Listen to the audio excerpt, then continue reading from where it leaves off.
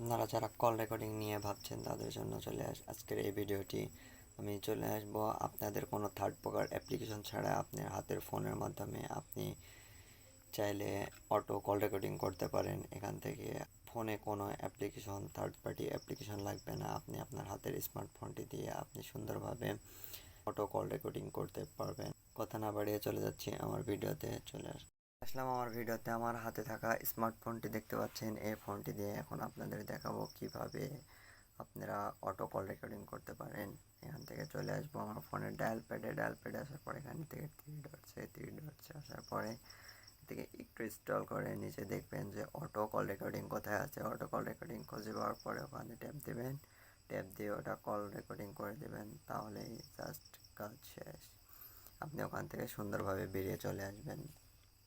আপনি রেকর্ডিংটি আবার কোথায় খুঁজে পাবেন সেজন্য চলে আসবেন আবার ফোনের ডায়াল প্যাড আসার পরে আবার থ্রি ডটসে চলে যাবেন। থ্রি ডটসে যাওয়ার পরে একটু স্ক্রল করে নিচে আসলে দেখতে পাবেন যে অটো কল রেকর্ডিংয়ের নিচে সুন্দরভাবে দেওয়া থাকবে ভিডিওটি ওখান থেকে আপনি আপনার কল রেকর্ডিং শুনতে পারবেন। কল রেকর্ডিংটি ওখান থেকে শুনে নেবেন।